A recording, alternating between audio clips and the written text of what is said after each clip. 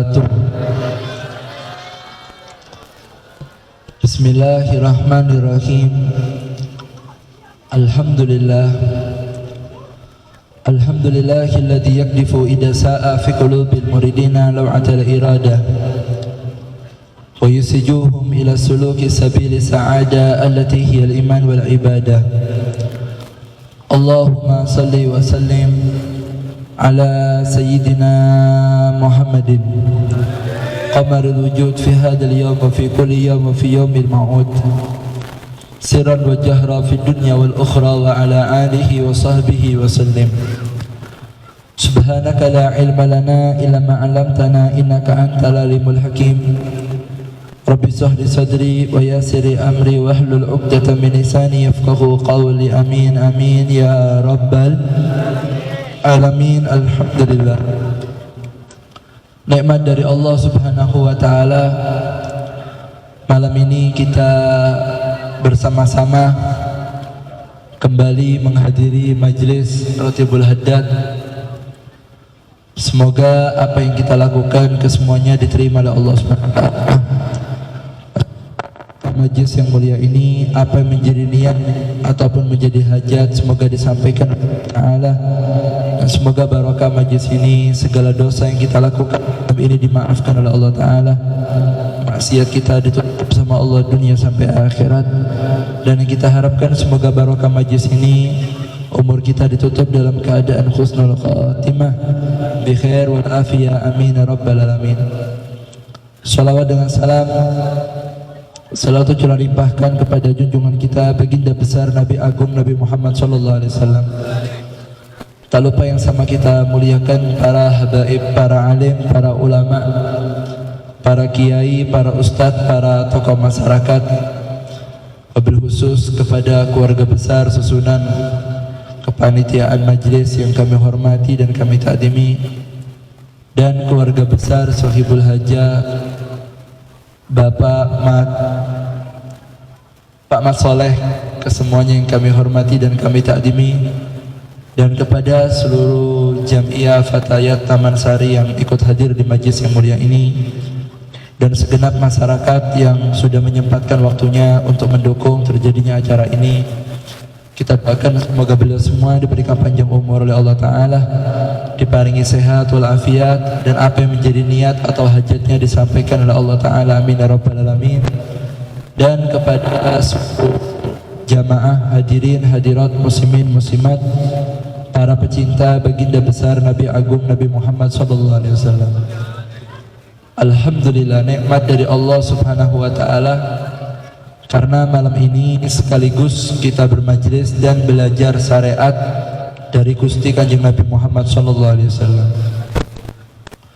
Karena kita perlu belajar niki untuk kita paham bahwa kehidupan kita di dunia niki cuma sebentar. Kita akan tiba saatnya pulang kepada Tuhan kita, itu Allah Subhanahu wa taala.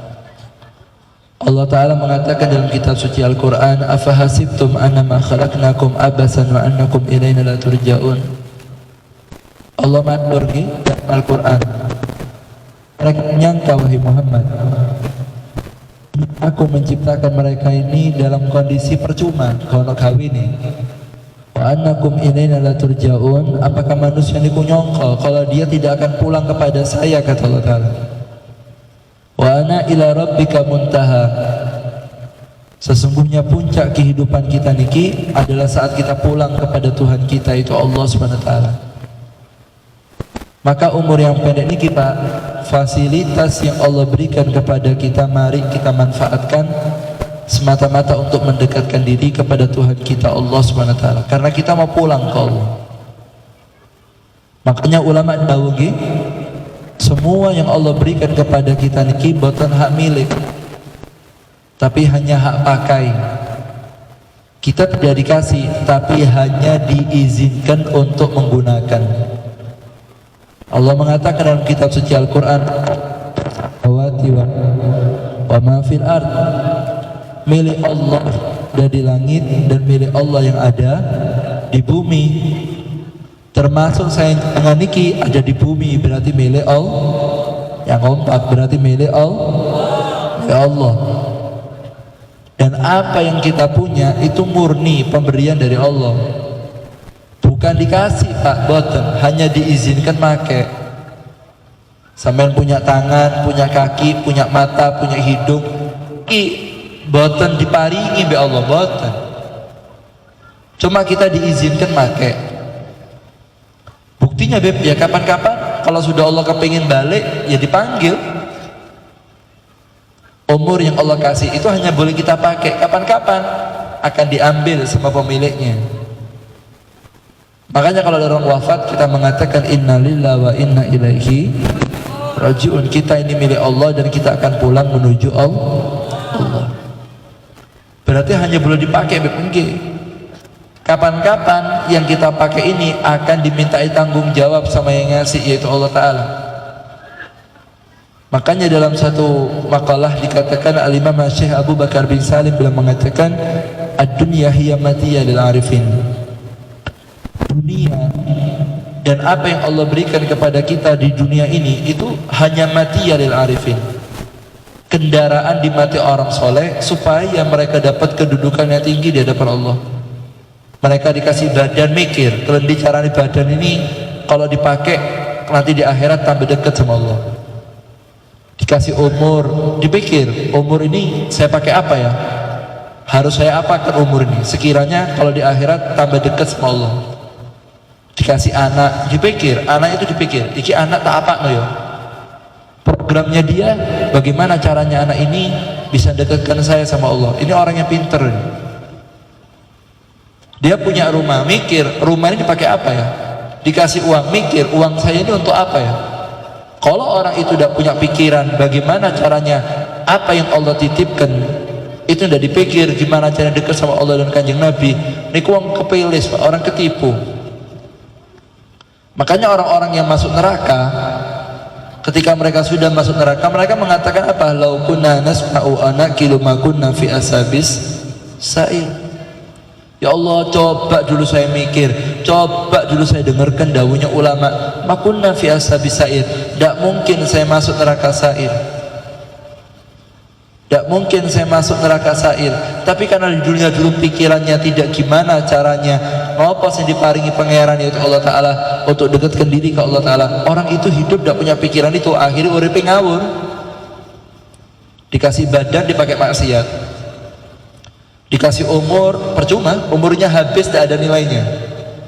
Tambah tua tingkah laku ini tambah aneh-aneh. Dikasih uang banyak medit, dikasih uang banyak ambisi, dikasih jabatan dolim, dikasih fasilitas lebih sama Allah Ta'ala, justru dipakai untuk menjauhkan dirinya sama Allah. Ini tuh kalau masuk neraka orang ini ketun, ya Allah coba bengen nopo sing diparingi jenengan ya Allah, saya pakai untuk dekatkan sama antum. Terlambat. Sayyidina Umar nih Pak, nggih. Sayyidina Umar niki tiyang sugih, Pak. Sugih, ganteng, gagah, pemberani. Dono sing wanen ambek Sayyidina Umar dono. Kendele wong. Dan hampir rata-rata di survei orang yang duel 1 lawan 1 sama Sayyidina Umar mesti musuhnya mati, tidak mungkin urip. Mulai selamat tidak mungkin. Dawana semuanya Sayyidina Umar, preman kelas berat, begal padang pasir, dawana semuanya, uang banyak, harta menumpuk, kekuasaan punya, tapi umurnya habis.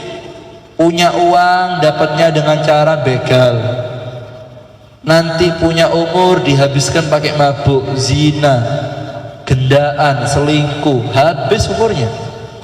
Bahkan Sayyidina Umar niki pernah bunuh anak kandungnya sendiri. Kalian bayangkan, mata ini anak dewe, hidupnya tidak terarah, mau kemana hidupnya itu tidak jelas, pokoknya urip.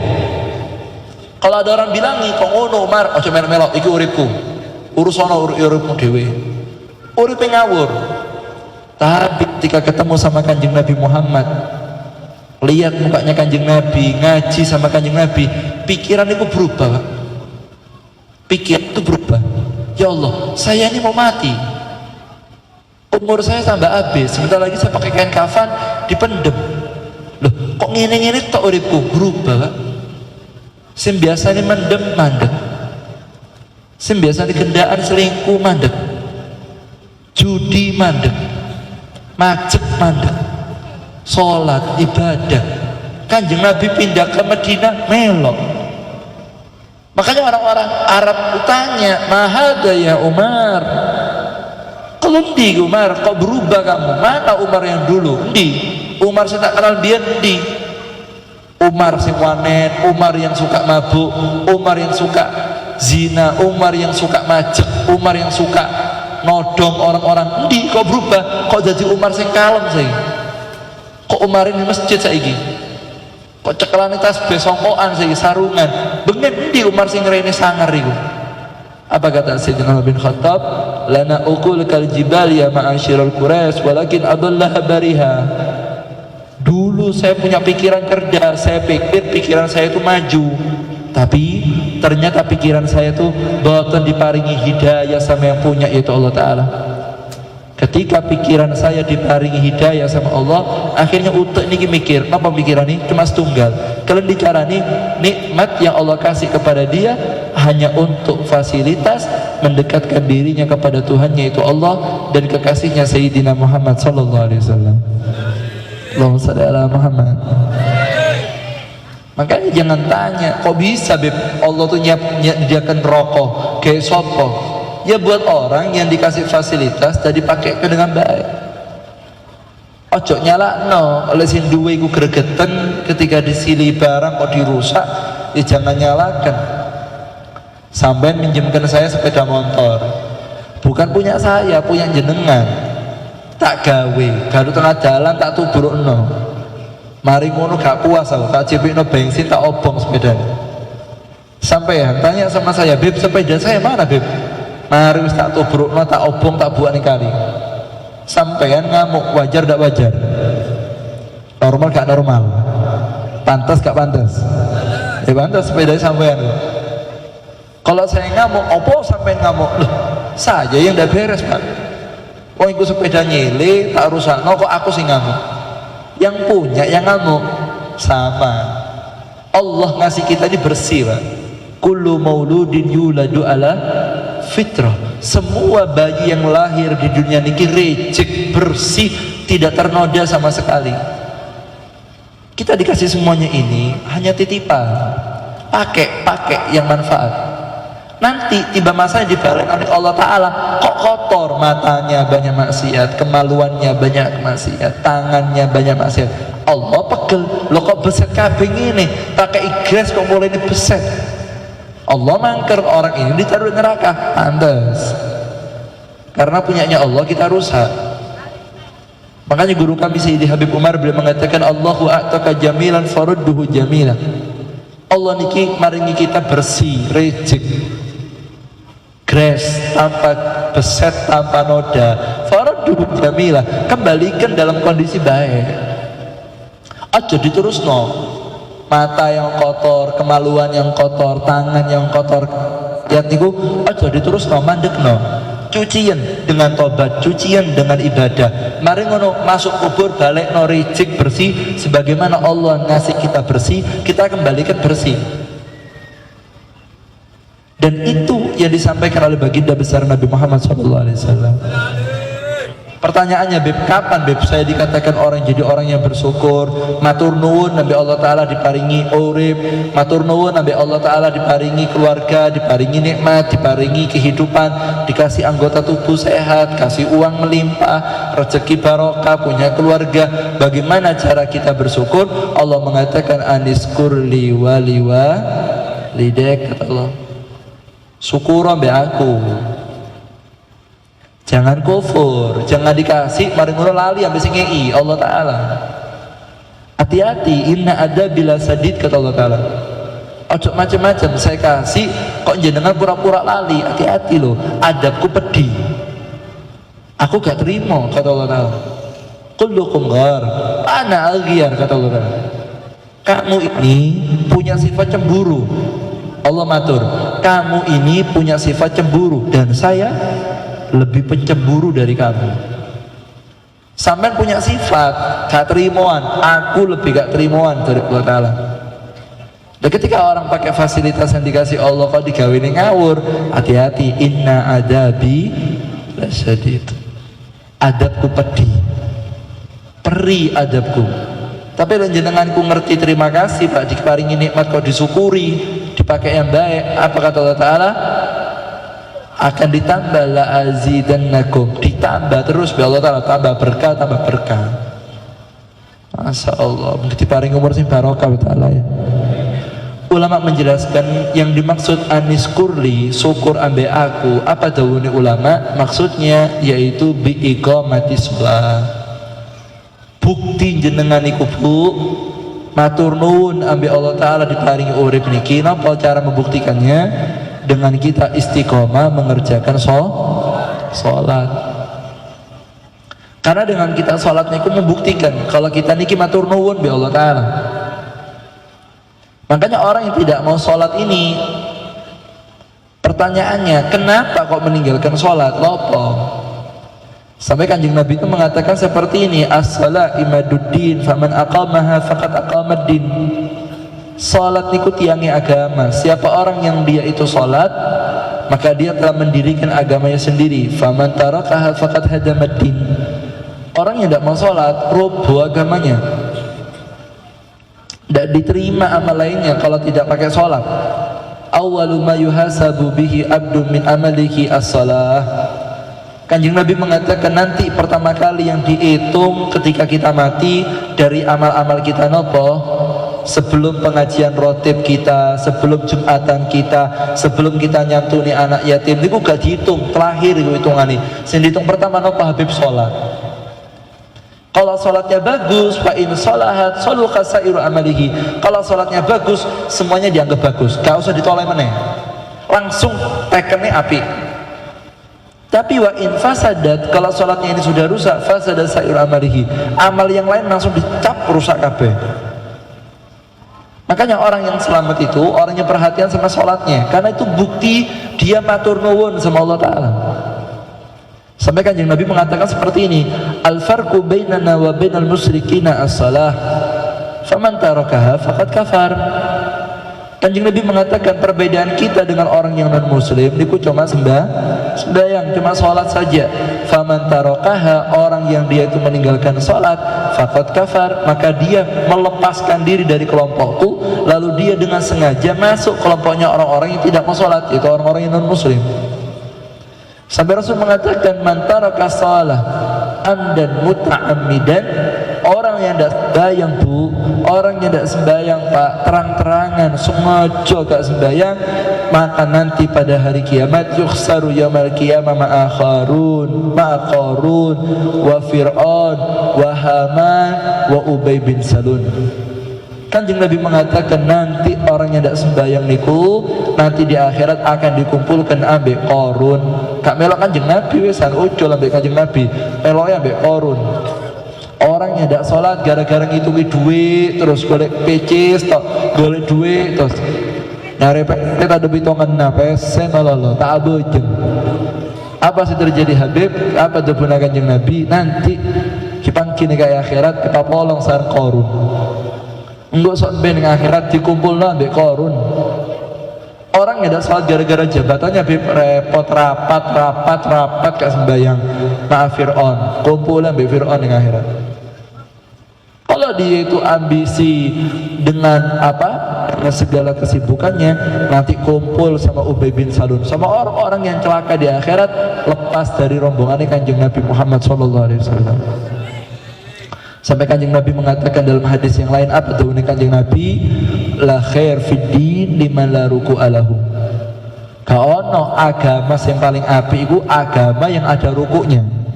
Dan orang itu akan dianggap baik ketika dia mau rukuk sama Allah. Artinya kalau orang itu tidak sholat Pak, saya tinggali ini. Sampai mau kawin, mau cari suami, atau suami mau cari istri, atau anak, atau cari menantu, atau cari pegawai, atau cari bos, cari yang sholat. Kalau sudah tidak sholat, dawuhnya Kanjeng Nabi, la khair, tidak ada baiknya. Tidak ada baiknya sampean berhubungan atau punya ikatan khusus, apalagi ada ikatan hati dengan orang-orang yang tidak mau sholat. Gak usah. Kalau sudah pasangan hidup gak sembahyang iki kono apike. Apane saestu Bu sing gak sembahyang sing wedok. Ini pabriknya mal'un, dijauhkan dari rahmat Allah. Kalau orang wedok iki gak sembahyang Bu, mari dikumpuli ambek hang lanang, kok subhanallah meteng jadi anak tidak barokah. Kenapa? Karena pabriknya made in tidak sholat. Temenan iki, rohimnya itu rohim yang tidak sholat, anaknya tidak mungkin berkah.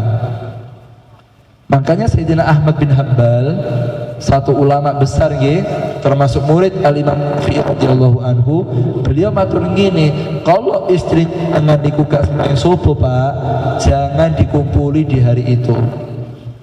Tuh kok gediku khawatir istri yang tidak sholat ini kok jenengan paksa kumpul. Suami istri berhubungan, pas kondisi istri tidak sholat, artinya memang wayani sholat kok gak sembahyang, boten head, bisa sholat tapi tidak mau sholat, kok jenengan ajak kumpul. Hati-hati, kalau itu jadi anaknya tidak berkah. Makanya tanya dulu, kalau memaringi jatah tanya, mau isu sembahyang kok gak? Ya iku ya gak sembahyang aku, ya wes prai sesuk. Sebaliknya yang laki juga, ojo-ojo hang wadon sembahyang, hang lanang gak sembahyang. Apalagi dua-duanya kompak, subuh ini gak sembahyang. Sing wedok gak sembahyang, sing lanang gak sembahyang, kumpul jadi anak, gak barokah anake. Pabriknya tidak berkualitas, bibitnya tidak unggul. Kenapa? Tidak sholat, jauh dari rahmatnya Allah. Makanya orang yang tidak sholat ini tidak ada baiknya. Sampai dalam satu riwayat Nabi Muhammad SAW itu ketika menjelaskan tentang hakikat sholat ini, apa kata kanjeng Nabi? Ana bari'un liman tarakas sholat, kata Rasulullah. Saya tidak bisa tanggung jawab di akhirat untuk orang yang dia tidak mau melaksanakan sholat. Pakai yang ini. Bismillah. Kalau sudah orang itu tidak sholat, disuruh sembahyang kalau tidak mau, apa kata kanjeng Nabi Muhammad SAW? Ana bari'un liman tarakas sholat. Saya lepas tanggung jawab dari orang yang tidak mau melaksanakan sholat. Ojo nyalakno aku. Kanjeng Nabi ku dilapori orang Bu. Kanjeng Nabi, saya ini zina. Kalau saya mati gimana kanjeng Nabi? Ada yang laporan, kanjeng Nabi saya mabuk. Kalau saya mati gimana? Apa kata kanjeng Nabi? Syafaati li ahlil kabair min ummati. Syafaatku ini memang saya sediakan untuk orang-orang yang suka maksiat besar. Tapi ketika ada sahabat matur, kalau orang tidak sholat kanjeng Nabi, ana bari, aku gak bisa ngerewangi wong sing gak sembahyang. Ada yang laporan, saya zina, tak rewangi kon aku. Aku mabuk kanjeng Nabi, sholat tapi mabuk, iya tak rewangi aku. Tapi ketika orang itu datang, saya tidak sholat, gak iso aku ngerewangi wong tidak sembahyang. Makanya hati-hati, sholat ini kayaknya enteng, tapi berat nilainya di hadapan Allah. Saya Bib, untuk urusan sholat ini ya kadang-kadang, tapi kerja bakti nyantuni anak yatim pateng, sholatnya dulu. Sholatnya itu nomor satu, yang lainnya nanti ngikuti. Bukan berarti sholat khusus majelis, buatan sholat ya majelis. Tapi kalau ditanya bagus mana Bib, ya sholatnya dulu yang wajib. Ini yang hadir majelis tadi, mungkin ada yang belum sholat isya, nyampe rumah gak sembahyang, turu langsung ketemu subuh, dan sembahyang isya. Majelisnya jenengan 2 jam 3 jam itu bisa 0 kalau tidak sholat isya, kan eman-eman. Sholat cuma sebentar. Makanya Syekh Abdul Qadir Jilani ku matur gede Bu, saya ini heran, gumun, merasa heran saya. Dengan siapa merasa heran? Dengan orang yang tidak sholat. Kenapa? Satu, sholat niku boleh dikerjakan kapanpun. Duhur anggap nggih mulai jam 12 sampai jam 3. Jenengan mau sholat jam 12 bagus. Mau sempatnya jam 1 boleh. Mau sholatnya jam 2 boleh. Setengah 3 boleh, bebas. Tidak harus jam 12. Tidak kudu Allahu Akbar langsung ke masjid. Tidak kudu. Wah saya masih kerja Beb. Ya nanti jam 1 sholat tidak apa-apa. Ya kalau sampai tanya yang paling afdol, ya jelas yang paling afdol itu ada di masjid, sholat berjamaah di masjid, itu yang paling afdol. Wah saya tidak bisa Beb, saya kerja, saya masih ada kesibukan. Monggo, sempatnya jam berapa? Bebas, waktunya itu bebas. Selama belum adzan asar, maka zuhur boleh dilaksanakan, kata Syekh Abdul Qadir Jilani. Saya nomor kali, kata Syekh Abdul Qadir Jilani apa? Apa orang ini kok tidak sholatnya apa? Kedua, pelaksanaannya singkat. Singkat, sholat ini cuma 4 menit, mentok-mentok 5 menit. Ada orang sholat 15 menit? Tidak ada. Sholat cuma 5 menit, sebentar, 5 menit, 4 menit, 5 menit. Kok bisa tidak sholat? Loh kemana waktunya? Saya setunggi, kita ngabiskan rokok Pak, sak batang, anggap Marlboro, nyedot itu minimal 5 menit. Lah ono kopi irengi, apa ono gedang gorengi, pemene panas adem-adem, ambek nganget no awak. Itu ambek apa meneh ono kanca ngomong-ngomongane, ono asbake, ono kacangi, dadi wis setengah jam lewat gak kerosoan gitu. Diajak sholat 4 menit, aku gorok waktu. Lu kok bisa lu? Sampai loro weteng, kebelet kejeding, itu minimal orang kejeding 3 menit. Oleh iku alot metune isok 5 menit sampai ngeden kan gitu. Iku curung go HP, lene jeding go HP pelanggaran iku go HP ni jeding. Ambil update status bisa 7 menit 8 menit. Sembayang 3 menit 4 menit gak sempat. Lha kok iso lho. Saya sopir Beb apa gak sempet aku Beb, repot aku nyetir. Pak sopir, sampean kalau sakit perut golek pom apa ndak? Yung Beb mosok ngisi ning truk aku. Nah, sampai kalau sakit perut bisa kok nyempetkan, sampai kebelet nguyuh bisa kok nyempetkan kencing. Lah masa sholat 4 menit tidak disempetkan? Pak saya itu Pak, walaupun presiden Pak rapat sampai pemimpin negara loro weteng ya instruksi minta kamar mandi. Lah masa kita orang 4 menit gak sempet, bukan saya bilang, saya Abdul Qadir Jilani. Lah masa 4 menit gak sempet dulur, sebentar toh. Yang terakhir, sholat itu pelaksanaannya boleh dimanapun, gak kudu di masjid, gak kudu di musola. Sholat di rumah boleh, sholat di kantor boleh, sholat di sawah yang tani boleh, sholat di rumah yang dibangun bagi tukang boleh, sholat di atasnya laut bagi nelayan boleh, asal madhep kiblat, tempatnya suci, sah, tidak kudu ke masjid. Sudah ngerjakannya cuma 4 menit, waktunya bebas mulai jam 12 sampai jam 3. Mari ngono ngelakon ini bebas mau dimanapun. Terus orang itu ngomong, saya nih Beb tidak sempat, ya loro ini. Lama sak 4 menit tidak bisa, lama sak waktu 3 jam 4 menit tidak mampu, lama tempat sholatnya tidak ada. Semua tempat boleh untuk sholat. Sampai sholat di tengah jalan ini pakai sejadah, asal ngadep kiblat gak nganggu jalani wong, sah. Kalau orang ngomong saya tidak ada tempat sholatnya Beb, di tempat sampai berdiri sampai beber sejadah sholat bisa. Tidak beber sejadah asal tempatnya bersih suci, sampai langsung ngambil kardus, ngambil kain atau ngambil sarung yang bersih, langsung takbir sah 4 rakaat, sempatkan kata Nabi Muhammad. Karena orang yang tidak sholat, saya itu dari Kanjeng Nabi, kamu jangan arep-arep syafaat saya, karena saya tidak diizini sama Allah Ta'ala maringi syafaat untuk orang yang kepalanya tidak pernah sujud sama Allah Ta'ala. Begitu paringi selamat Allah Ta'ala ya. Makanya sampai kepingin tahu orang itu baik apa ndak, lihat sholatnya. Karena dari sholat inilah semuanya akan jadi baik.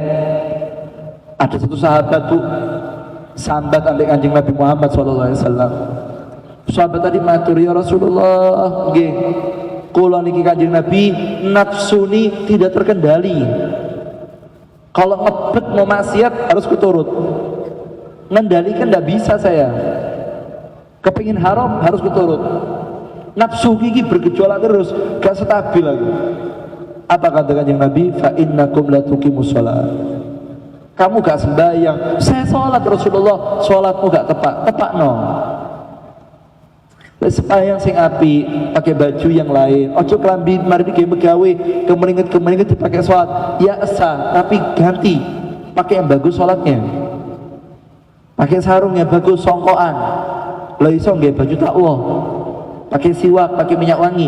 Ketika kamu memperbaiki kualitas sholatmu, yang dewe meningkat berjamaah, yang jamaah di rumah meningkat ke masjid, yang biasa ke masjid rodok kasep oleh 2 rakaat meningkat kasep 1 rakaat, meningkat awal waktu, meningkat durung adzan mesti masjid. Masya Allah. Lah iso sing nggawa kunci durung teko iku parkir ning kono, wis nyekel tasbih Allah iki. Peningkatan kelas berat iki. Iku jare Kanjeng Nabi, orang yang meningkat kualitas salatnya, hidupnya akan baik dan nafsunya akan terdidik, kata Nabi Muhammad. Sampai tinggali wong sing uripe ngawur-ngawur ya. Itu sampean tarik ke atas, gak sembahyang. Le sembahyang semerawut ala tahu. Nah, ketika orang tadi memperbaiki hidupnya, saya di banyak masalah, Beb. Rezeki ruwet, rumah tangga gagal, saya kepingin nepakno uripku. Tepakno urip jenengan dari mana? Bukan dari bank, nyari duit, mboten pergi pergadaian, gadekno barang, mboten. Perbaiki hidup Anda mulai dari sholat. Anak saya, Beb, menantu saya, Beb, ruwet, ada masalah rumah tangganya. Saya sebagai orang tua bagaimana? Nggak usah melok-melok. Menantu jenengan sholat, lepas anak sampean.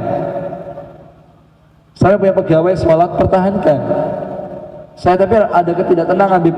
Sholatnya kau perbaiki, Allah akan kasih ketenangan. Dari sholat itulah semua akan diperbaiki oleh Allah Subhanahu wa ta'ala. Sampai dikatakan dalam satu riwayat, man ahsanal wudu'a ahsanallahu sholatah, man ahsanallahu sholatah ahsanallahu jami'a umurih. Dikatakan siapa orang yang wudunya bagus, maka Allah akan ngasih hadiah sholatnya bagus. Kalau sudah Allah kasih sholatnya bagus, ahsanallahu jami'a umur, semua urusannya dia akan beres barokah sholatnya bagus. Urusan anaknya, urusan menantunya, urusan istrinya, urusan keluarganya, urusan pekerjaannya, urusan apa ya? Urusan kesehatan anaknya, urusan kesehatan istrinya, urusan kesehatan keluarganya, urusan kesehatan mungkin murid-muridnya atau orang yang dia pimpin akan baik. Dari mana? Dari sholat yang baik. Idza saluhar ras saluhal jasad. Kalau kepalanya bagus, jasadnya ikut bagus. Sampai tahu kepala yang dimaksud apa? Sholat. Sampai Rasul mengatakan as-shalah itu bimanzilati ras alal jasad. Sholat itu kata Kanjeng Nabi kedudukannya seperti kepala dari badan. Orang, Pak, minta maaf hidup tidak punya tangan tetap hidup nggih. Orang kecelakaan kakinya patah masih bisa hidup. Orang kecelakaan apa? Masalah perutnya bermasalah, ususnya bermasalah, hidup. Tapi orang kalau sudah kepalanya lepas tidak bisa hidup. Sama, sholat itu kata Kanjeng Nabi di badan dibagikan kepala. Kalau sudah orang itu tidak punya kepala, tidak mungkin hidup. Sama, orang kalau sudah tidak sholat, tidak mungkin urusannya, kehidupannya, agamanya, dunia akhiratnya akan baik, kata Nabi Muhammad SAW. Mari kita perbaiki hidup kita mulai dari mana, Beb? Dari sholat. Mbak-mbak, naudzubillah min dzalik, mungkin yang sudah kehilangan keperawanan sebelum menikah, atau yang laki-laki naudzubillah min dzalik sudah sering berzina, atau yang sudah mabuk dan macam-macam tingkah laku sing aneh-aneh. Tolong dicaranya nyetop itu semua satu saja. Sampai memperbaiki sholat yang baik, usahakan tepat waktu, pakai wudhu yang bagus, sunnahnya Kanjeng Nabi dihidupkan. Insya Allah 40 hari jenengan mempertahankan sholat yang baik, lihat kehidupan jenengan akan dirubah sama Allah, karena ini janji dari baginda besar Nabi Muhammad SAW. Paham, Bu? Kan sampai lolos subuh sampai masak zuhur tembus asar gak sembahyang, gak barokah. Patah ini kompori JP wudhu ngambil bersejadah sembahyang. Saya ndak sempet, Beb, sampean goro buka TikTok loh, nyekrol sempet dong. Bisa. Delok TV loh, episode Suara Hati Istri ku bisa. Temenan Indosiar tuh kadang-kadang satu episode berapa jam. Kita lihat satu adegan tuh bisa. Lah sholat 4 menit. Masa gak sempet? Ya sempet. Disempet no, lagi gak sempet, disempet no. Lagi gak disempet no, ya gak bakal sempet. Hari ngono yang lebih bahaya dari itu, Beb. Gak ketemu Kanjeng Nabi. Mau kemana kita ini? Makanya Kanjeng Nabi itu, Bu, setiap ketemu anaknya yang ditanya apa? Sholat. Sampai kerja di mana? Saya kerja jauh, Beb, di luar kota, luar pulau, luar negeri. Ketemu anak, telepon. Apa yang sampai tanyakan? Uang. Uangnya habis, Nak. Berapa, Nak? Bukan begitu. Kanjeng Nabi itu kalau pulang perang, ketemu anaknya, yang ditanya pertama kali ke anaknya bukan kilendenduk, sehat, ada uang, bisa makan, boten. Yang ditanya pertama kali, kamu sholat apa tidak? Tanyakan, kita ini tanya enggak sama anak kita sholat apa enggak? Kanjeng Nabi itu, Pak, setiap subuh, Pak, Kanjeng Nabi Muhammad itu setiap subuh itu rumah anaknya Siti Fatimah Zahra niku diketok as-shalah ya ahla baiti Rasulillah, salat Fatimah, salat innama yuridullahu lidhibankum rizah ahlal bait wa yutahhirukum tathhira. Ay salat sing diketok iku omahe Siti Fatimah, rumahnya Sayyidina Ali, rumahnya Sayyidina Hasan dan Sayyidina Husain. Dan demi Allah tidak mungkin Siti Fatimah dan Sayyidina Ali enggak sembahyang, pasti sembahyang. Tapi Kanjeng Nabi tetap ngiling no salat. Anak kita, keluarga kita enggak ada jaminan akan salat, punya nafsu. Terus kita lost, tak tanya, ya gimana? Yang sekelas Kanjeng Nabi, anaknya pemimpin wanita di surga, setiap ketemu yang ditanya sholat, lah kita tanya apa? Kita mau itu dari Mekah, mau dari Madinah, mau dari luar negeri, mau dari pulang kerja, mau pulang dari kantor, anaknya pulang sekolah, atau kita yang pulang dari kantor ketemu anak di rumah, atau yang kita habis merantau, bekerja, atau yang kita habis meeting, rapat, mari ngoperasi, mari mimpin daerah, boleh ke omah. Yang ditanya pertama, jangan tanya sudah makan atau belum, jangan tanya sudah ada uang atau tidak, jangan tanya sehat atau tidak. Yang ditanya pertama keluar dari lisan kita, kamu sudah sholat atau tidak? Karena anak kita kalau sholat walaupun tidak pegang uang, anak ketika dia sholat walaupun badannya kurang sehat, anak ketika sholat walaupun dia dalam kondisi mungkin tidak terlalu baik, tapi selama masih sholat baik-baik saja. Tapi kebalikannya, banyak uangnya, sehat badannya, full fasilitasnya, tapi gak sembahyang, gak ada baiknya, kata Nabi Muhammad SAW. Makanya Allah mengatur, kalau kamu mau syukur dengan nikmat yang saya kasih, anishkurli, syukur sampai aku. Kalian bicara nih, kita membuktikan syukur dengan kita istiqomah mengerjakan sholat, karena itu bukti penghambaan kita kepada Tuhan kita, yaitu Allah Subhanahu wa ta'ala. Abu, makanya Kanjeng Nabi ku pernah ditanya, ya Rasulullah, wanita sing solihah iku sing ngendi Kanjeng Nabi?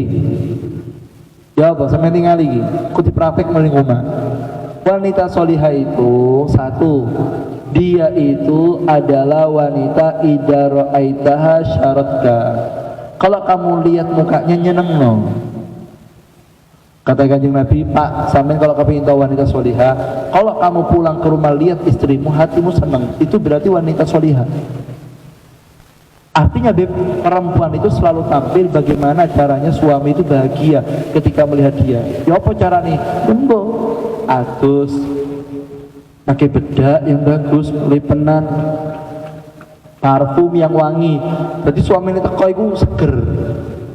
Iki ndak kondangan make up kandel sakilo. Parfum jangget berapa meter sudah kecium. Ning omah, Masya Allah, gaya daster, rambut tidak disisir.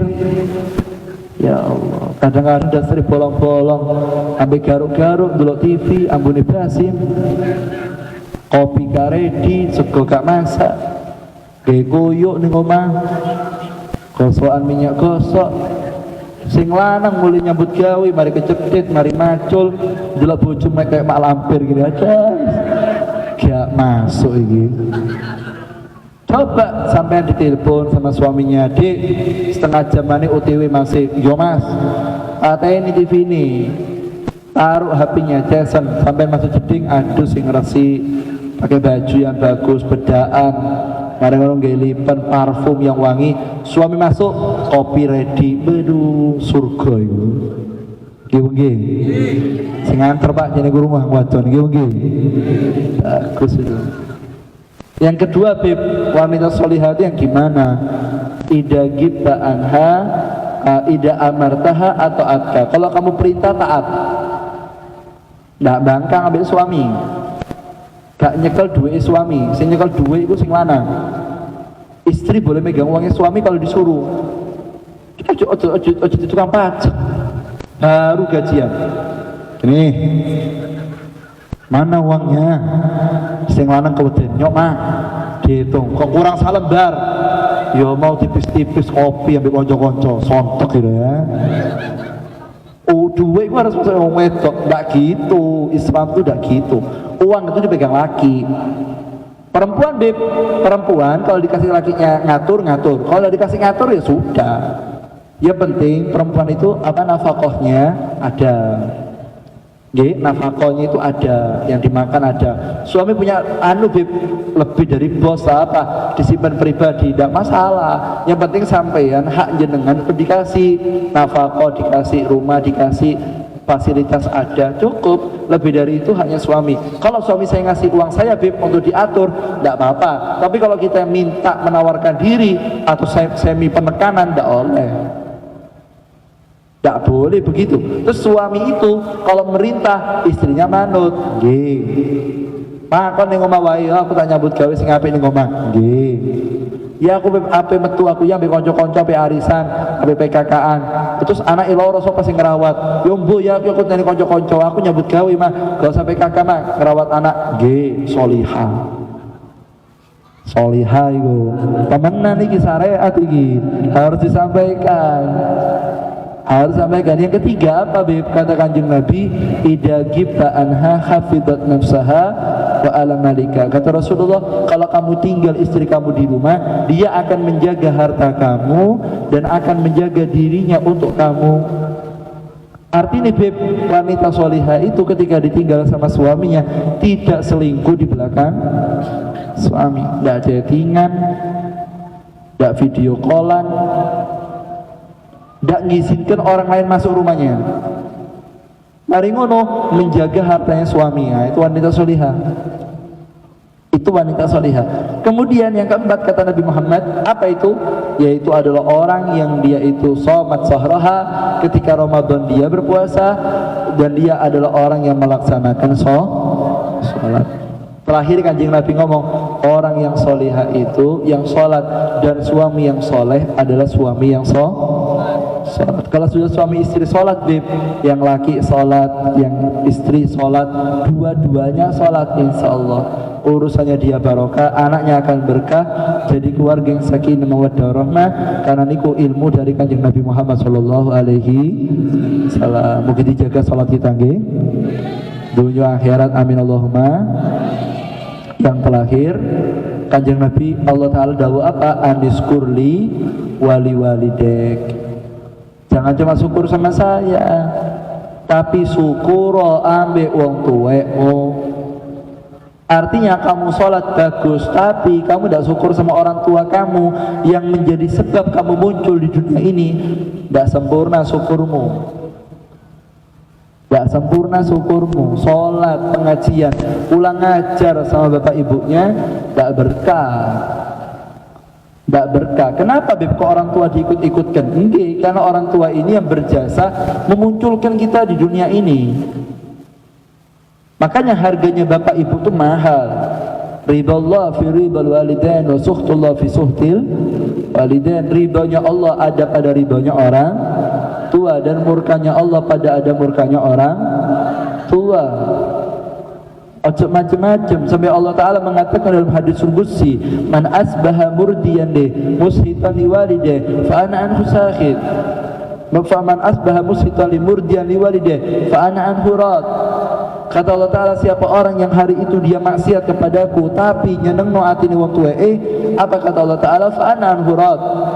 Aku ridho sama dia karena dia ridho sama orang tuanya, membuat ridho orang tuanya walaupun dia berbuat salah kepadaku.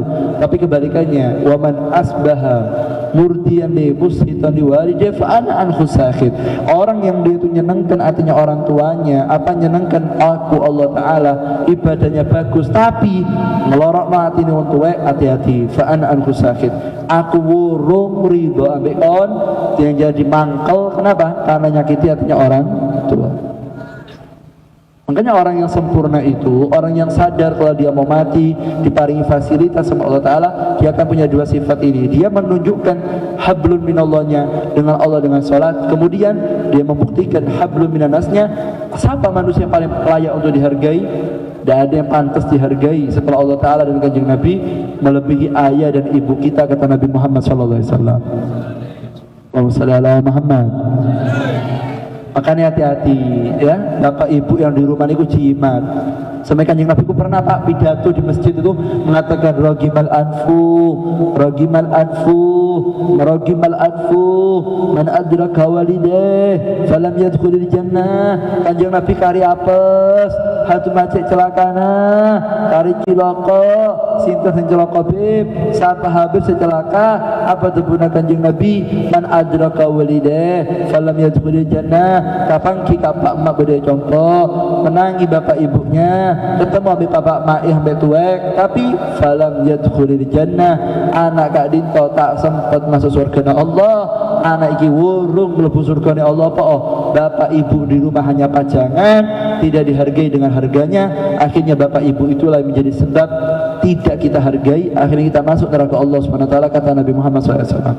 Huma jannatuka wa naruka, kata Rasulullah. Hati-hati bapak ibu kamu pintu kamu surga dan pintu neraka kamu, kata Nabi Muhammad SAW.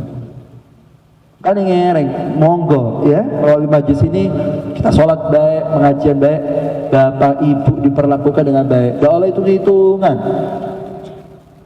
dono hitung-hitungan baik mertua, dono hitung-hitungan baik bapak, apalagi hitung-hitungan sama guru, tidak boleh. Orang tua itu tiga, abuka salah satu, ayah kamu tiga. Siapa Habib? Alladzi waladaka, yang orang tua kamu itu yang melahirkan kamu, bapak ibu kandung. Yang kedua, alladzi zawwaja ibnatahu, yang kedua zawwajaka ibnatahu. Yang kedua, orang tua kamu itu adalah mertua. Mertua yang ngawinkan anak sama kau itu orang tua. Dan yang ketiga, ini yang paling afdol, alladzi allamaka, orang tua yang mengajarkan kamu ilmu, yang noto hidup kamu supaya lebih baik. Guru kamu itu orang tua yang tertinggi. Maka tiga orang ini ojo hitung-hitungan, gak usah tawar-tawaran sama tiga orang ini. Gak ada berkahnya anak yang kurang ajar sama bapak ibunya, anak yang kurang ajar sama orang tuanya, anak kurang ajar sama gurunya. Gak ada berkahnya, habis semuanya. Karena dapat ridhonya Allah Ta'ala, percuma, habis semuanya, habis. Sampai Kanjeng Nabi Muhammad mengatakan dalam hadisnya, apa kata Rasulullah? Anta wa maluka li abik, kata Rasulullah. Selama bapak ibu kamu masih hidup dan selama orang tua kamu masih ada, selama guru kamu masih ada sama kamu, harta kamu dan hidup kamu untuk orang tua kamu. Ojo rumangsa duwe-duwe ngarepe wong tuwek, ojo rumangsa punya uang depannya guru. Hati-hati, karena mereka itu tidak boleh kita ajak hitung-hitungan, kata Nabi Muhammad SAW. Bahkan sahabat ketika mau ikut perang sama Kanjeng Nabi, ditanya sama Kanjeng Nabi, ahayyun walidak, bapak ibu hidup? Bala na'am ya Rasulullah, hidup, bapak ibu saya hidup. Apa kata Kanjeng Nabi? Fafihi ma fajahid, pulang. Kata sahabat, tidak Rasulullah, saya sudah mau pulang, saya mau perang sama antum, saya mau mati di belakangnya antum. Apa kata Kanjeng Nabi? Dengarkan, kamu mati di medan pertempuran di belakang saya dengan kamu mati di rumah melayani ibu kamu, pahalanya lebih besar mati ngeladen wong tuwek daripada mati di belakang saya bersimbah darah, kata Nabi Muhammad SAW. Pulang, bapak ibu kamu rawat yang baik, jihadnya kamu sabar melayani ayah ibu kamu, khususnya bapak ibu yang sudah tua, rokok ganyang. Karena orang kalau sudah tua itu balik seperti anak kecil lagi. Allah yang bilang dalam Al-Quran, seperti awalul marrah, balik lagi ke arah cili, ngalem, kepingin perhatian. Lah kita ini yang merawat orang tua sudah semakin tua, yang sabar. Fala taqul lahum ojo sampai ngetokno ora enak. Apalagi saya ngomong, apalagi sampai bentak, nak tuwek lololoan gak mati-mati, sumpah aku udah sampean. Ya Allah, sampean dulu bayi siapa yang rawat? Ya Allah, kita dulu mau kencing beol yang nyewoi siapa kalau bukan orang tua? Tengah malam bangun, kita sakit, gak punya uang, bingung, utang, lembur, biar kita ini bisa sembuh. Nah, sekarang bapaknya sakit, kita mau ninggalkan kantor gak mau, sibuk sama kerjaannya, sama uang itu hitungan. Kita lupa dulu kita sakit, bapak ibu udah hitung-hitungan ratusan juta kalau perlu dikeluarkan, gak punya uang, utang, ngedorai, disuruh lembur, capek, yang penting anaknya bisa berobat. Nah sekarang bapak ibunya sakit, hitung-hitungan. Saya pernah Pak kejadian di Banyuwangi, saya pidato pengajian 7 hari orang wafat. Mari hitung dinone saya ceramah sama guru saya Kiai Hariri ada di Banyuwangi, semoga derajat beliau diangkat sama Allah Ta'ala. Beliau sudah meninggal. Waktu saya ceramah, Kiai Hariri yang baca doa, Sohibul Bed yang punya rumah nangis ke saya, bilang apa? Beb, kakak saya Beb nuntut warisan. Loh, saya bilang kalau kakak nuntut warisan itu syariat, orang tua mati harta dibagi itu normal, niku syariat Pak. Jenengan wafat, anak sampean bagi harta sampean, itu haknya, hak waris. Boten Beb, apa maksudnya? Sebelum pembagian waris minta biaya rumah sakitnya bapak, pengobatannya bapak, semua, mulai pempesnya bapak, pengobatannya bapak, KB di total dipotong itu dulu baru diwaris. Jadi kakak minta, jadi dianggap selama ini ngobati bapaknya utang sama anaknya. Allah karim, kok iso loh Pak, ono anak hitung-hitungan ambil bapak ini ya apa? Sampai urusan pempes si bapak jual dihitung, ya apa sih? Kenemenan ini, kenemenan. Bapak kita orang tidak pernah hitung-hitungan, beli susu tidak pernah ngitung, pempesnya kita orang mulai cilik sampai gede tidak pernah dihitung. Setiap lebaran kita dibeli baju tidak pernah dihitung. Dan sekarang bapaknya sakit, potong warisan. Ya Allah, begitu paling selamat wa ta'ala ya. Kan Nabi ngomong, oh hitung-hitungan, tidak ada batas sama orang tua. Berkah. Siapa orang yang jadikan orang tuanya itu raja, rezekinya akan seperti raja. Tapi kalau sudah bapak ibu jadikan pembantu, lihat rezekinya dia tidak bakal berkah. Yang bersih-bersih orang tuanya, nyapu orang tua. Makanya kan Nabi ngomong, kalau di akhir zaman kamu lihat bapak ibu yang seharusnya menjadi ratu dan raja di rumahnya kebalik jadi pembantunya, hati-hati, itu ciri-ciri kiamat sudah dekat. Sekarang yang bersih-bersih ibunya, yang nyapu ibu, yang lempit-lempit ibu, yang masak ibu, anaknya mana? Rokokan, cangkruan, sepedaan sampai koncone, mulai-mulai turu, terima bersih rumahnya. Yang nyapu, yang capek ibunya, ibu kayak babu di rumahnya sendiri. Anaknya mana? Loh, anaknya mana? Kadang-kadang saya itu Pak, bapak ibunya nyapu di rumah, anaknya rokokan sama koncone, pura-pura ada ketok. Ini Islam yang bagaimana? Mau berkah dari mana hidupnya? Tidak ada nilainya. Orang tua itu tidak wibawa depan matanya anaknya. Dianggap orang tua itu receh, tidak ada nilainya. Padahal bapak ibu ini mesemnya bapak dan ibu itu kuncinya surga, dan cemberutnya bapak ibu hati-hati, kunci neraka Allah SWT. Sampai Kanjeng Nabi matur, man nadhara ilal Ka'bah bi aini ta'dim kataballahu lahu ibadata sanatin. Orang yang melihat Ka'bah, berangkat ke Mekah haji ataupun umrah, dia berangkat ke Mekah melihat Ka'bah dengan mata pengagungan, satu kali melirik Ka'bah dihitung seperti ibadah 1 tahun. Lalu Kanjeng Nabi sumpah, wallahi katanya, orang yang lihat mukanya bapak ibunya dosa ke Mekah, ke rumah sampai lihat muka bapak ibu sampean dengan mata takdim, lihat guru antum dengan mata takdim, itu pahalanya lebih afdal daripada jenengan nabung sampai sekian puluh juta berangkat ke Mekah lihat Ka'bah, lihat mukanya bapak dan guru itu lebih afdal, kata Nabi Muhammad SAW. Cuma sekarang ini sudah akhir zaman. Sendelok di internet itu anak sekolah ngajak be wong tuwe, delok TV anak ulang ngajak be wong tuwe, delok YouTube anak ulang ngajak. Akhirnya kene sing wong Islam melok-melokan. Akhirnya kita perlakukan bapak ibu seperti yang kita lihat di TV, dan kita perlakukan orang tua kita dengan ajaran yang disampaikan oleh Sayyidina Muhammad SAW. Begitu paling sama Allah Ta'ala. Begitu monggo, dua ini dipakai. Sholat yang baik, bapak ibu yang baik. Kalau sudah bagus sama bapak ibunya, bagus sama keluarganya, nanti baru sampean dianggap sah baik sama orang, baik ambek tonggo, baik ambek konco, ambek bapak ibu yang lama. Tidak payu Pak, tidak payu. Sampai Kanjeng Nabi ngomong gini, kau sedekah mengeluarkan uang untuk tetangga kamu, untuk teman kamu, kau ngebosi, marungi, mbok kayak duit akeh, tapi bapak ibu ya udah dikasih, pahalanya ini hilang gara-gara ngasih bapak ibunya. Hadis ini, hadis tidak tangguh pahalanya. Makanya khairukum li ahli, yang terbaik itu yang bisa memperlakukan orang dari keluarga yang terbaik. Kalau ditakoni siapa beb yang paling baik, ya orang tua. Ojo ambek konco siap, oh saya setia kawan beb, tentean beb, rokok tak bayari, mangan tak marungi, tak traktir. Bapak ibu pernah sampean bawa orang tua ke restoran, diajak makan yang enak, dibawa jalan-jalan, disenengkan bapak ibunya, hitung-hitungan gimana, belikan istrinya baju yang mahal, lebaran regane sampai 250, itu kok no daster 50.000 ya. Sama jangan dibeda-bedakan, sama rapi. Islam itu bagus kalau orang tadi sudah bisa memposisikan semuanya sama, sholatnya baik, semua orang tuanya baik, lalu dari sholat tadi merembet, akhirnya dia bagus ibadahnya, dari baik sama orang tua merembet, baik sama tonggo, baik sama konco, baik sama masyarakat, baik. Kalau dua ini baik, itu bukti kita syukur sama Allah Subhanahu. Paham ge? Itu monggo yuk, yang tidak sholat, yang tidak majelis. Kalau kita tidak ngaji gini Pak, tidak ru ilmu nih Pak.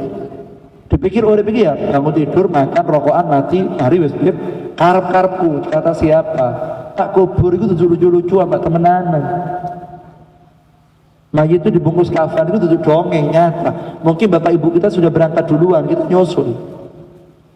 Adunya mahimiza wal jannah mahibalas, kata Sayyid Rahmat Maliki. Dunia ini bukan gini lucu-lucuan, cucu. Wal jannah mahibalas, surga itu gak gratis, bayar. Apa bayarnya Beb? Tadi itu syukuri apa yang Allah kasih kepada kita, sadari yang Allah kasih ini cuma titipan, akan kita kembalikan, pakai yang baik, buktikan kita syukur sama Allah dengan salat yang baik, dan buktikan kita syukur pada Allah dengan kita baik dengan orang tua kita. Dari baiknya salat merembet ke amal ibadah yang lain, dari baik sama orang tua merembet baik sama orang yang lain. Insya Allah kalau dua ini jangan pegang, salatnya baik, terus ibadah yang lain baik, sama orang tua baik, sama guru baik, merembet sama orang baik, sama teman baik, sama sahabat baik, sama teman kantor baik, sama yang tua mengagumkan, sama yang kecil rahmat, terus merembet. Insya Allah itu sudah kita membuktikan syukurnya kita dengan apa yang diberikan oleh Allah Subhanahu. Paham? Antuk, paham? Mugi-mugi barokah manfaat ya. Itu mari ya melalui majlis ini, monggo yang tidak sholat, tidak ibadah. Terakhir tak ceritani sampai terakhir nih kawan. Ada satu orang Bu lapor ambil satu ustadz, Pak Ustadz, anak saya Pak Ustadz, kenapa kalau sholat subuh repot ditangani?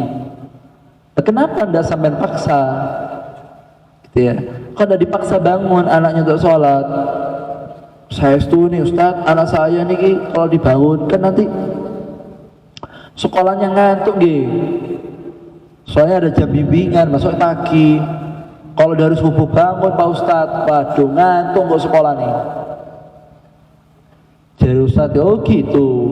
Saya mau tanya Bu ya, mau tanya sama sampean, jawab yang jujur. Nggih Pak Ustadz, kalau besok subuh rumah jenengan kobongan terbakar, katonon apa yang belum ngebul, kobongan api berkobar gak karu-karuan, rumah sampean kobongan, anak sampean turu, kira-kira sampean tangini bega, tak banguni Pak Ustadz, daripada anak saya mati kobongan. Loh sekarang gue sekolah ini ngantuk, oh gak ngurus timbang mati kobongan anakku.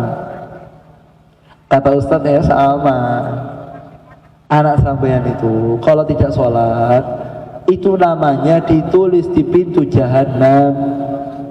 Wong niku bu lika sembayang semacam nggih, sama dak dalam sembayang. Niku namanya dia ditulis di pintu jahanam, buron malaikat Malik. Masuk daftar buron. Ini mau diobong di neraka. Lu sampean mes. Api dunia sampean takut padahal cuma membakar jasad. Api akhirat dikira lucu-lucuan padahal kalau sudah masuk di situ sulit untuk keluar. Bangunkan, tidak apa-apa. Nanti lama-lama anak itu kebiasaan. Rahimallahul mubakkun wala mudahikin. Kata para ulama, semoga Allah merahmati orang yang suka buat saya nangis, bukan orang yang suka buat saya tertawa. Apa? Semoga Allah merahmati orang yang suka buat saya nangis, bukan yang buat saya tertawa. Sampai nangis anak, nangis anak aku kesel pak, capek, nangis. Tidak apa-apa, nanti kalau sudah besar dia akan syukur. Alhamdulillah Allah, karena saya punya orang tua yang suka buat nangis saya. Artinya ditegesi urusan ibadah. Lah mudahikin, bukan yang gari ketawa tok. Dikai guyu tok, ala dikai seneng mot tok, ala dimanjat tok, ala gak sembahyang dijarno, gak puasa Ramadan, orang tuanya tidak wibawa. Anaknya tidak sholat, ya pura-pura tidak ketok untuk luar kota telepon, tidak pernah tanya sholatnya anaknya. Ini cuma anaknya dikasih uang tok. Walau ditanya ibadahnya, kan ngaji gak Habib, kan ngaji gak kiai, kan ngaji gak rutinan di kono, kan belajar gak nak agama. Di mana pengajian roti belajar kan memang pegak, tidak pernah telepon kono. Kan sholat apa enggak, Jumatan sembahyang apa enggak, tidak pernah tanya. Uang ada, kirim uang, ya apa sih? Orang yang suka buat ketawa anaknya, tidak pernah buat nangis anaknya, nanti anaknya akan tumbuh, akan menangiskan orang tuanya. Tapi kebalikannya, anak yang dibuat nangis ketika masih kecilnya sama orang tuanya, artinya dididik temenanan, sok ben anak ini yang bakal buat senyum orang tuanya dengan amal yang baik. Mari kita punya keluarga yang baik, syukuri apa yang Allah berikan kepada kita, sadari yang Allah kasih sama kita ini cuma titipan, akan kita balikkan lagi sama Allah Ta'ala. Mumpung umur masih ada, umur yang sisain diperbaiki, kita buktikan, kita syukur sama Allah Ta'ala dengan kita firman Allah aniskurdi wali walidek, kita buktikan syukur dengan Allah dengan kita sholat yang baik, lalu melanjut dengan ibadah yang baik, dan kita buktikan syukur sama Allah Ta'ala dengan kita bagus sama orang tua, dengan orang-orang yang lain juga bagus. Dengan itu kita dikatakan orang yang bersyukur kepada Allah Subhanahu wa Ta'ala. Semoga barokah pengajian ini, apa yang jadi niat hajatan kita disampaikan Allah Ta'ala. Yang hadir pengajian yang banyak dosanya semoga dimaafkan Allah Ta'ala. Yang punya aib mungkin ditutupi Allah dunia akhirat. Yang pernah berzina semoga dimaafkan dosanya oleh Allah. Yang pernah meneguk minuman keras semoga dimaafkan dosanya oleh Allah Ta'ala. Yang pernah berjudi semoga dimaafkan dosanya Allah Ta'ala. Ya Rabbi, berikan kami rumah tangga yang sakinah mawaddah warahmah ya Rabb. Berikan kami anak yang saleh dan salihah ya Rabb. Jangan sampai anak kami melakukan dosa yang kami lakukan ya Rabb. Ya Rabbi, berikan kami hati yang kuat untuk mengendalikan nafsu kami ya Rabb. Orang yang tahu dosa kami buat mereka lupa ya Rabb. Orang yang benci jadikan mereka cinta ya Rabb. Ya Rabbi, mungkin di antara kita masih ada yang tidak sholat, semoga hatinya dibuka supaya menjadi orang yang sholat. Yang mungkin kakinya masih berat ke masjid untuk melaksanakan sholat Jumat, semoga dibuka hatinya sehingga mau untuk melaksanakan sholat Jumat. Ya Rabbi, sadarkan kalau kami ini calon mayit ya Allah. Sadarkan kalau kami akan dibungkus dengan kain kafan ya Rabb. Kami akan ditidurkan dalam kubur, lalu kami akan ditinggal sendirian ya Rabbi. Maafkan kami umur yang banyak lewat dengan keadaan tidak percuma, dengan keadaan percuma ya Rabb. Maafkan umur kami yang banyak kami tidak melaksanakan sholat dan ibadah ya Rabb. Kami berniat di majlis yang mulia ini, kami pulang dari tempat ini kami akan sholat ya Rabb. Walaupun al-fakir banyak pendosa, walaupun kami semua banyak maksiat ya Rabb, tapi saksikan kami masih sholat ya Rabb. Kami masih cinta sama orang tua dan guru kami ya Rabb. Walaupun kami pendosa, kami masih mengikuti hawa nafsu, tapi di hati ini demi Allah ada cinta dengan orang tua kami, dengan mertua kami, dengan orang tua orang kami dan guru-guru kami ya Rabb. Jangan sampai maksiat yang kami lakukan memisahkan kami dengan guru-guru kami ya Rabb. Tapi kami cinta dengan mereka, cuma kami belum bisa mengendalikan nafsu kami ya Rabb. Jaga salat anak kami ya Allah. Jaga salat istri kami ya Rabb. Jaga salat keluarga kami ya Rabb. Jaga salat sahabat kami ya Rabb. Jaga salat anggota majelis kami ya Rabb. Pulangkan dengan hati yang bercahaya, dengan pikiran yang bercahaya. Berikan kami rezeki yang halal dan barokah. Jauhkan kami dari uang riba ya Rabb. Jauhkan kami dari uang haram ya Rabb. Rubah pikiran kami untuk menggunakan fasilitas yang Kau berikan dengan umur yang pendek ini semata-mata untuk mendekat kebenaran padamu ya Allah. Semoga berkah majlis ini, berkah daripada Syekh Bakar bin Salim yang kita baca wiridnya dan yang kita ada khalnya di Jakarta, semoga masuk pada hati kita semuanya. Barokah Imamul Haddad yang kita baca rotibnya, semoga masuk pada hati dan pikiran kita semuanya. Barokahnya Syekh Abdul Qadir Jilani yang kita tidak disebut namanya dalam majlis ini, semoga masuk dalam pikiran dan hati kita semuanya. Dan barokahnya para aulia salihin Nabi Abdullah bin Umar dan para kiai yang ada di sini, semoga masuk pada kita semuanya. Berubah kita jadi orang-orang yang baik, berubah kita istiqomah dalam majlis ya Rabb. Semoga yang di majlis ini yang belum sempat istiqomah pengajian, mungkin dibuka hatinya bisa istiqomah majlis ya Rabb. Dan kita doakan semoga orang tua, guru-guru kita diberikan panjang umur sehat walafiat. Yang sakit semoga diberikan kesehatan Allah Ta'ala. Yang sumpah pikirannya semoga diberikan tenang oleh Allah Ta'ala ya Rabb. Apabila tiba saatnya umur kita ini waktunya habis, semoga barokah pertemuan ini Allah ambil akhir hayat kita dalam keadaan husnul khatimah ya Rabb. Ambil usia kami dalam keadaan husnul khatimah. Izinkan kami mengucapkan 2 kalimat syahadat ya Rabb. Sebelum kami meninggal dunia, izinkan kami taubatun nasuha. Hilangkan dari hati kami keinginan maksiat ya Rabb. Jadikan kenikmatan ibadah dalam hati kami ya Rabb. Kami yang belum berangkat haji di tahun ini, semoga berkahnya orang yang hadir yang melaksanakan haji di tahun ini, kita dapat keberkahannya ya Allah. Apa yang turun kepada orang yang haji di Arafah ketika tawaf atau ketika sa'i, kita yang ada di sini ikut mendoakan semoga masuk pada hati kita semuanya. Dan semoga tiba saatnya sebelum kita wafat kita diizinkan untuk berangkat ke Mekah dan Madinah bersama orang yang kita cintai, dengan keluarga, sahabat, kerabat, guru dan orang tua kita semua ya Rabb. Dan kita mohon semoga barokah pengajian ini kita kumpul dunia akhirat sampai di surga bareng Kanjeng Nabi Muhammad SAW. Amin ya rabbal alamin. Walaupun yang salihah. Al-Fatihah.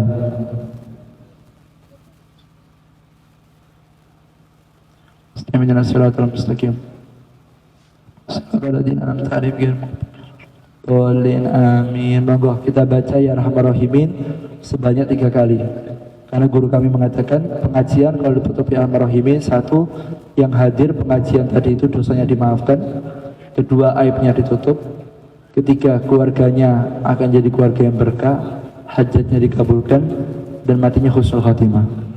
Mari kita duduk yang enak, diangkat tangannya, dibaca yang keras, hati yang khusyuk, baca ya Rahman Rahim 3 kali sebelum kita pulang. Dengan niatan insya Allah bulan akan datang kita akan hadir lagi, belajar lagi, sehingga betul-betul akan jadi manfaat barokah. Doakan keluarga, famili kita dengan bacaan Rahman Rahim ini, dan doakan negara kita, masyarakat kita jadi baldatun thayyibatun wa rabbun ghafur. Amin ya rabbal alamin. Monggo kita sama-sama baca Rahman Rahim 3 kali dengan suara yang keras, hati yang khusyuk. Kita pejamkan mata, kita minta sama Allah Ta'ala semua niat dan hajatan kita. Mari duduk yang enak, lalu kita angkat tangan kita baca ya Rahman Rahimin sebanyak 3 kali. Ya Arhamar Rahimin, Ya Arhamar Rahimin, Ya Arhamar Rahimin, Farrij alal muslimin, Ya yang keras, kurang keras.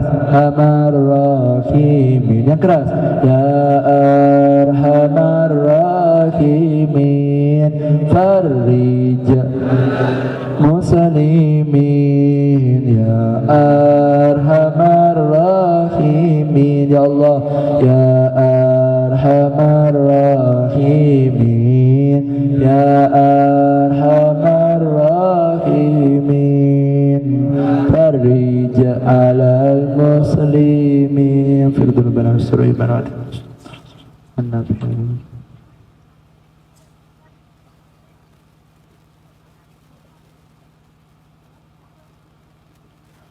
Salam al-Fatihah. Bismillahirrahmanirrahim.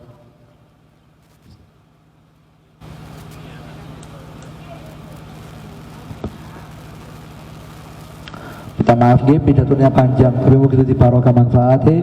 Kurang lebihnya saya mohon maaf. Assalamualaikum warahmatullahi wabarakatuh.